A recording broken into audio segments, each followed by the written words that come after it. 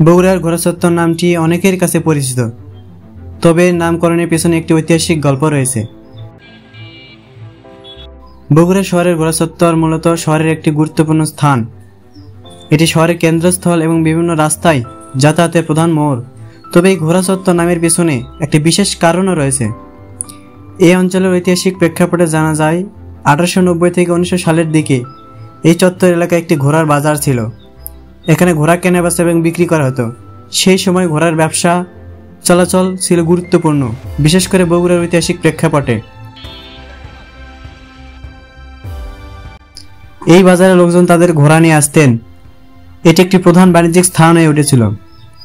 এভাবে ঘোড়া চত্বর নামটি প্রতিষ্ঠিত হয় কারণ এখানে ঘোড়া সংক্রান্ত নানা কার্যক্রম অনুষ্ঠিত হতো। এটি সময়ের সঙ্গে এক বিশেষ পরিচিতি লাভ করেছিল। বর্তমানে ঘোড়া চত্বর বগুড়ার একটি গুরুত্বপূর্ণ ও ব্যস্ততম স্থান, তবে এর ঐতিহাসিক নাম এখনো অবিকৃত রয়েছে। এখনো এটি শহরের মানুষের কাছে ঘোড়া চত্বর নামেই পরিচিত। ঘোড়া চত্বর নামটি আজ ঐতিহ্যগতভাবে বহাল রয়েছে, যদিও এখানে আর ঘোড়া ব্যবসা হয় না। তবে শহরের উন্নয়ন এবং পরিবর্তিত পরিস্থিতির মধ্যেও এর ঐতিহাসিক নামটি এখনো মানুষের কাছে পরিচিত। এভাবে ঘোড়া চত্বরের নাম এসেছে, যার ঐতিহাসিক পটভূমি এবং এক সময়কার ঘোড়ার বাজার থেকে, যা এখন বগুড়ার একটি গুরুত্বপূর্ণ চিহ্ন।